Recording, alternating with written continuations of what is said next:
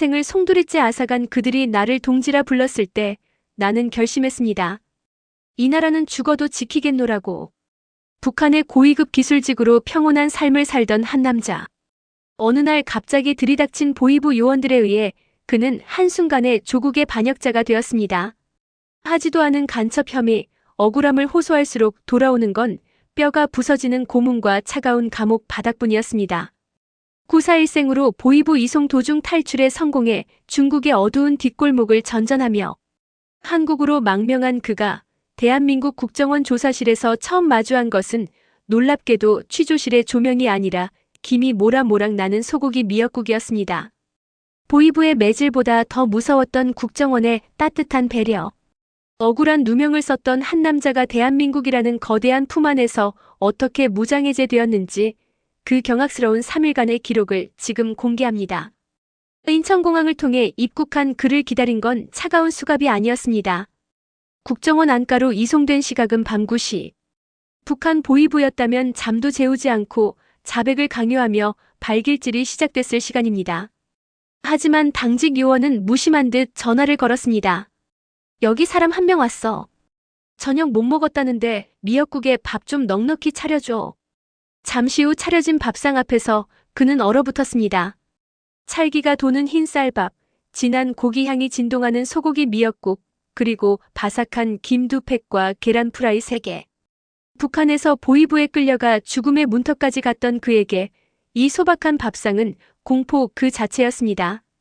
이게 마지막 식사인가? 독을 타서 나를 죽이려는 건가? 그는 떨리는 손으로 숟가락을 들었습니다. 의심으로 시작된 한 입이었지만 따뜻한 국물이 목을 타고 넘어가는 순간 그는 깨달았습니다. 평생을 바쳐 충성했던 조국은 자신에게 억울한 누명을 씌워버렸지만 한 번도 본 적 없는 이 나라는 자신을 인간으로 대우하고 있다는 사실을 말입니다. 진정한 충격은 다음 날 아침에 찾아왔습니다. 국정원의 정보력은 그가 상상하던 범위를 수십 광년 앞질러 있었습니다. 조사관은 그가 북한에서 억울하게 누명을 썼던 사건의 전말은 물론 그를 취조했던 보위부 요원의 이름과 당시 상황까지 정확하게 알고 있었습니다.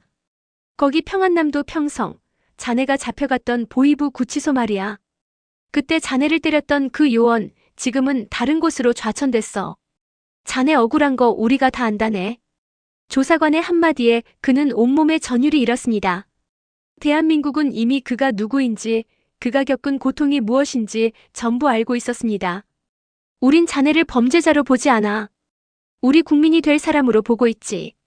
이 말은 억울함으로 가득 찼던 그의 심장을 단숨에 관통했습니다. 감옥 같은 이곳에서도 내가 원하는 걸 들어주는데 이 담벼락 너머 진짜 대한민국은 어떤 나라일까? 그는 더 이상 입을 다물 이유가 없었습니다. 자신이 알고 있는 북한의 기술 정보, 체제의 모순을 낱낱이 털어놓았습니다. 그것은 강요에 의한 자백이 아니라 자신을 인간으로 봐준 나라에 대한 자발적인 보답이었습니다. 하지만 그 순간 조사관이 무표정하게 서류 한 장을 내밀었습니다. 그 속엔 그가 죽어도 말하지 않으려 했던 마지막 비밀이 적혀 있었습니다. 그는 경직되었습니다. 자신이 북한 보위부의 고문 속에서도 끝까지 지켜냈던 정보, 중국을 떠돌며 목숨보다 소중히 여겼던 그 핵심 기술의 좌표가 이미 국정원의 서류 위에 선명하게 인쇄되어 있었기 때문입니다. 등줄기에 차가운 소름이 돋았습니다. 대체 이들은 어디까지 알고 있는 것인가? 긴장감이 조사실의 공기를 가득 채웠을 때 조사관은 차갑게 몰아붙이는 대신 뜻밖의 제안을 건넸습니다. 자네가 이 정보를 주지 않아도 우린 이미 다 알고 있네. 하지만 우리가 원하는 건 정보 그 자체가 아니라 자네가 우리 시스템 안에서 이 기술을 직접 꽃피우는 것이야. 정보의 가치만큼 보상금을 주겠네. 그걸로 자네의 새 인생을 시작해보게. 돈.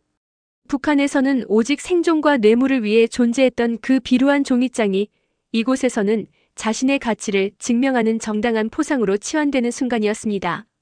그는 머릿속으로 빠르게 계산했습니다. 나를 버린 조국에 충성할 것인가? 나를 알아주는 나라에 헌신할 것인가? 확률은 명확했습니다. 그는 떨리는 목소리로 입을 열었습니다. 전부 다 말씀드리겠습니다. 조사가 거듭될수록 그는 대한민국이라는 거대한 기계의 정교함에 압도당했습니다. 수감시설의 화장실을 가고 싶을 때 문을 두드리면 헌병은 새벽 3시임에도 아무런 불평 없이 그를 안내했습니다. 북한 보위부였다면 잠을 깨웠다는 이유만으로 구두발에 차이고 땅바닥에 짓밟혔을 상황입니다. 하지만 이곳의 요원들은 그를 죄수가 아닌 귀한 손님처럼 대했습니다. 그의 말이 막힐 때면 첫 글자를 띄워주며 기억을 돕고 그의 식성이 바뀌면 메뉴를 통째로 수정해 주었습니다. 그는 자신이 평생 믿어온 북한의 이념이 얼마나 허망한 모래성인지 계란 프라이 하나를 더 챙겨주는 조사관의 손길을 보며 뼈저리게 실감했습니다. 북한에서는 혀가 짧으면 목이 잘린다고 가르쳤지만 이곳은 혀가 길어질수록 나에게 더 넓은 세상을 열어주었습니다. 마지막 조사 날 그는 조사관에게 물었습니다. 왜 저에게 이렇게까지 잘해주시는 겁니까? 조사관은 가방에서 작은 상자 하나를 꺼내며 대답했습니다. 우리의 첫 돌이라 떡을 좀 돌렸는데 자네 목도 하나 더 챙겨왔네. 자네도 이제 곧 우리 국민이 될 사람 아닌가. 가족끼리 떡 나누는 게 뭐 대수라고. 그 예쁘게 빚어진 한국의 떡을 입에 넣는 순간 남자는 참았던 울음을 터뜨렸습니다. 20년 넘게 조국을 위해 일하며 누명을 썼던 상처가 이름 모를 요원의 아이 돌떡 한 조각에 씻겨 내려갔습니다. 그는 확신했습니다. 이 나라는 단순히 잘 사는 나라가 아니라 사람을 사람으로 대접할 줄 아는 진짜 국가라는 것을요. 억울한 도망자에서 국가의 핵심 정보를 자발적으로 제공하는 애국자로 변모하기까지 걸린 시간은 단 며칠이었습니다. 국정원은 그에게서 북한의 기밀만을 빼낸 것이 아니었습니다. 북한이라는 체제가 결코 흉내낼 수 없는 자유와 인권의 가치를 그의 영혼에 심어준 것입니다. 조사실의 철문이 열리고 세상 밖으로 나가는 날 그는 뒤를 돌아보며 깊이 고개 숙여 인사했습니다.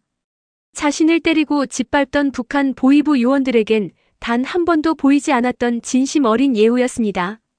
나를 굴복시킨 건 고문 기술이 아니라 새벽에 화장실을 같이 가주던 헌병의 발소리와 내 식성을 기억해주던 조사관의 메모지였습니다. 누군가를 완벽하게 내 사람으로 만드는 법. 그것은 가장 날카로운 정보를 들이대는 것이 아니라 가장 인간적인 순간을 함께 공유하는 것입니다.